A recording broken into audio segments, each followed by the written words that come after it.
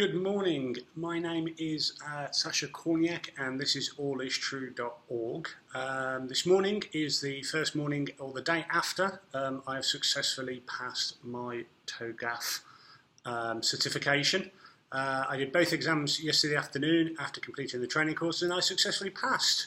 Which is great, and what I wanted to do was give a bit of an explanation to the idea of enterprise architecture and Togaf and what it actually could mean and does mean as an explanation to people, because it seemed to me that on the course there were some people that were a bit confused on why they were there, and also they had some very difficulties of understanding the differences between enterprise architecture, the idea of solution architecture or solutions architect, and then technical architecture or technical architects. So here is, and I have to say thank you for the Knowledge Academy for producing this huge amount of 851 pages of course material, and I have the same amount of documentation from the open source group around the Togaf PDF, which is probably over 1,000 pages. The course is around about 3.5 to 4 days, depending on your trainer. I have to say a big thank you for the wisdom, support and guidance of Pete Thompson, who was the trainer at the Knowledge Academy in London. Fantastic trainer, really supportive, and helped me understand some of the intricacies and some of the correlations within the enterprise architecture and how it works in the real world versus the way in which the open group would like to claim it does. So if you imagine from the point of view, let me just go to my slide so I can see it myself, you've got business strategy at the top, and that's really the organisation. So you're talking about the chief executive officer, or you're talking trustees in a non-for-profit or charity, or the board of directors. You're talking about C-level organisations or managing director. They're the people at the top for business strategy.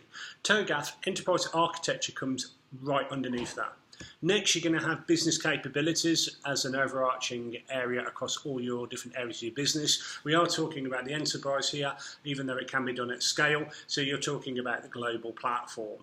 Underneath that, you're going to have your planning frameworks, and this is where the differences between enterprise architecture and some of the other planning frameworks and some of the things underneath there. If some of you may be familiar with something called P3O, so that's Portfolio Project Manager. That sits underneath that and usually sits in all of the different parts of the organisation. Underneath that, you're going to have program management, which is MSP, which some people will know that, and obviously portfolios are made up of lots of programs. Underneath that, you're going to have the next station, which is going to be your projects, which is one thing that I think most people get really confused around, which is going to be Prince 2, Agile DSDM, and then possibly going down into Scrum and ITIL as well, even though that could be really around service delivery, and also Scrum could be used really in a different area. What I noticed was there was a lot of confusion around from the point of view of thinking about the solution that's going to be designed. Really, to some extent, you don't get within enterprise architecture, that's not the reason, that's not the point of architecture, of enterprise architecture. So the point around it is not to, it's to provide all of the information, knowledge and conditions of what needs to be created without being too specific, so people can go off and create a solution. And that's what I think a lot of people really struggled with on the course, is they thought that they're actually, when you look at it from the point of view of the ADM, you actually only get round to the point of migration planning. What you actually don't get to do is execute that actual planning. That's not the point of an enterprise architecture. So that's a bit of a snapshot really from the point of view of how I see it fitting together.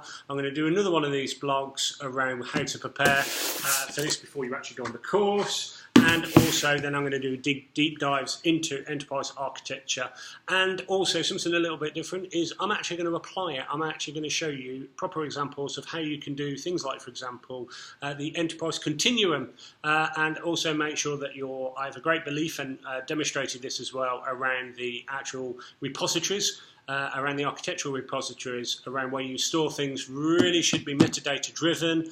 They should not only be metadata driven, but they should be artificially intelligent through data cataloging, metadata insertion.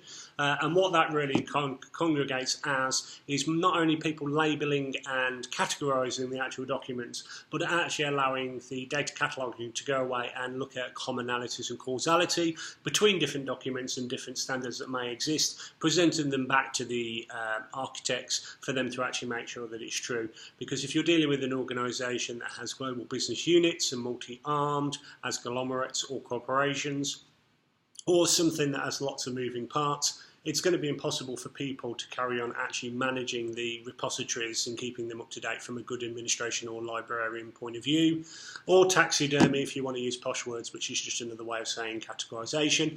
And really this now needs to actually be done by computers using metadata really as the crux of the whole way it needs to work. So a lot of information there. Hopefully it's been a short amount of time and you've enjoyed it. For people that need to know, you now know I am certified, not only from the point of view of TOSCA, but certified as well probably in life after going through the course and the material.